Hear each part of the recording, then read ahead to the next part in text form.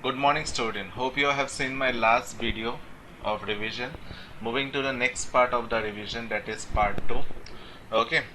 Now network architecture. Now network architecture I have already discussed. That means how the data and information will pass from one computer to another computer.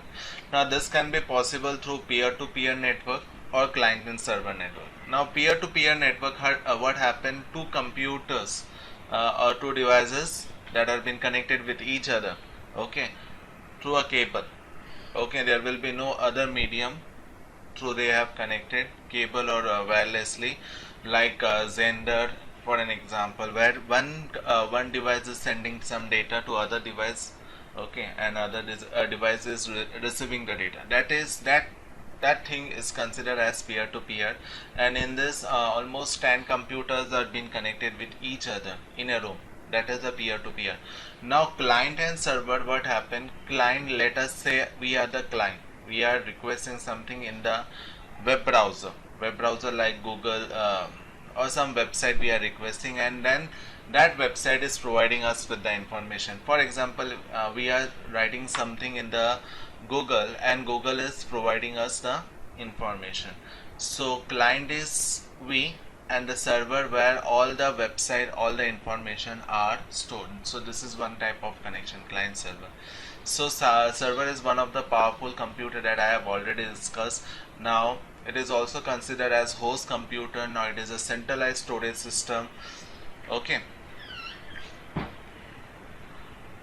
It is a centralized storage system, and it is also considered as dedicated server. Now dedicated server means for every variety, like for storing a file, storing a, or for printing, for database purpose, there will be a particular server will be there. That's why it is called considered as dedicated server. Let's say I want to have a print, so I will attach my printer with the server. So my all other computers are connected with the server, so they can give the request to the server, and server will ask the printer to print that copy. So that is a print server. Same way database server, all the information of website are being stored in the database server. Now network server, to see how much data is coming, how much data is going, okay, for that purpose. Web server, now all the website, as I told earlier also, all the websites are being hosted in the server, and that type of server is considered as web server. Moving to the client, already I told is a computer system that relies on a server for all the resources. Now our computer that depend in on the internet, we depend upon the server only, because we request something from the server and server provide us. For example, in the Google, if you type some any information, the Google will try to reach that information and it will provide us. So our client only depend on the server, okay.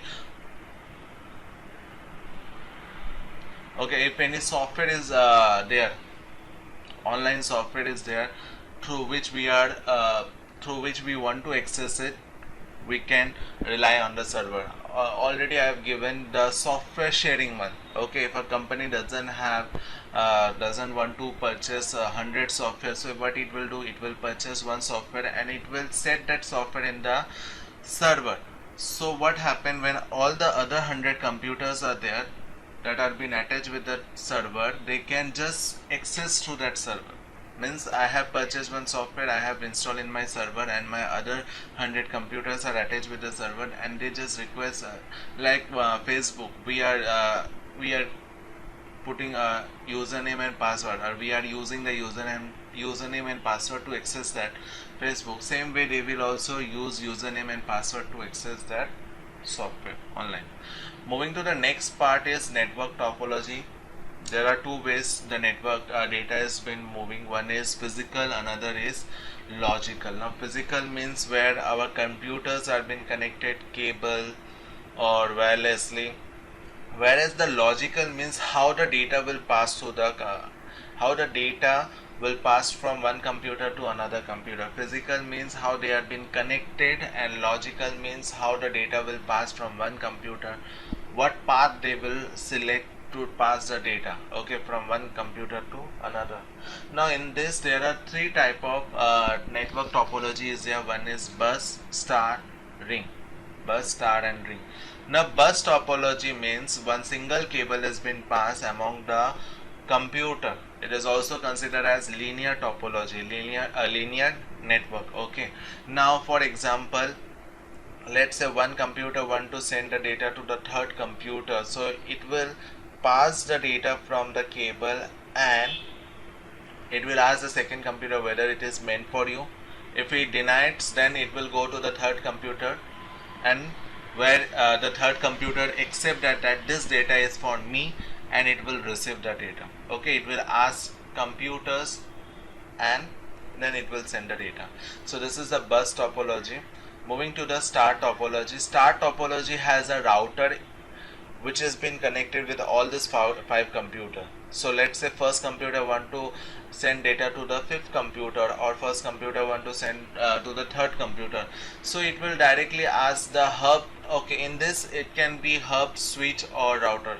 So the in the C it is written it in this kind of topology. The connector called hub is placed at the center, and hub will ask the computers whether it is meant for them or not, okay.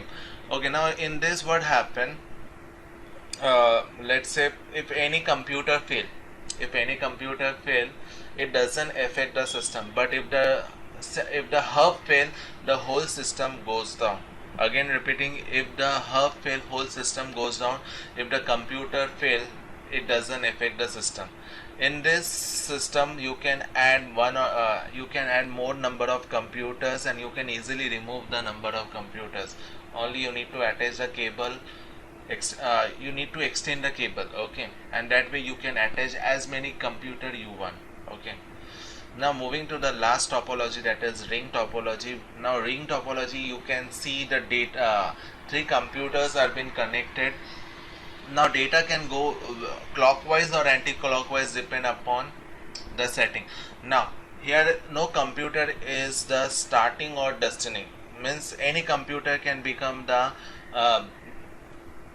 source and the destination. Let's say this computer is the source for this computer, means this computer is first computer is sending the data to the third computer, or second computer is, so here is no first and last computer, it can be anyone, okay. Next thing, if a cable in between cut, then whole system, or a computer in between get stopped, the whole system can fail, because all the three computers are been connected with the cable. So let's say one computer want to send the data to third computer, so it will go from second to third, okay.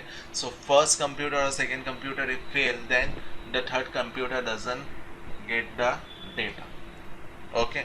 So hopefully your this topology part is clear. Now our last part is protocol, okay. Protocol, I already explained that it is a set of rules that need to be followed, okay, so that the communication can happen successfully between the two device or two or more device. Now there are few protocols are there. The first one is hypertext transfer protocol. Now it is through which the server and the browser, this is our browser, I am opening this in the Google Chrome, this is my browser, and see I am not having the book actually, I am taking this book from online, okay. I am reading this book from the online. So this is my browser and the server where this book is been saved. So HTTP work is to fetch the data for us and show over here. It will whatever the data we are requesting, it will fetch for us and show over our computer. Next is file transfer protocol. For transferring the file means you are uploading the file or downloading the file. That can be possible with FTP. Uploading means you are saving some file to the server, and downloading means you are taking some file from the server to your computer, okay. Now moving to the next part, that is TCP IP. Okay, now it ensured that whatever the data is passing from one computer to another computer should be successfully reached. Means now when you download something from the computer, you can see that the whole data will not come. Or let's say when you are downloading an app, you can see that 100% at a time, it never happen.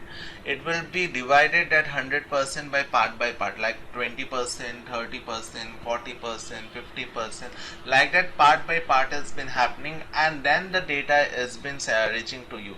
Means first 10% came, then 20%, 30%, 40%, and then the whole data is being merged to our computer. So TCP IP is looking at the data that has been sending from one device to another device is successfully reaching or not. Okay. Now next is POP3 IMAP. Now these two protocols are responsible that whatever the email we are receiving, okay. Now whatever the email we are receiving, the POP3 what it do, it will save in the system only, and once we have seen the data or once we have downloaded that data, it will automatically remove from the system. Whereas IMAP, what happen, whenever you receive some data, it will save in the system only. For example, let's say Gmail I am talking.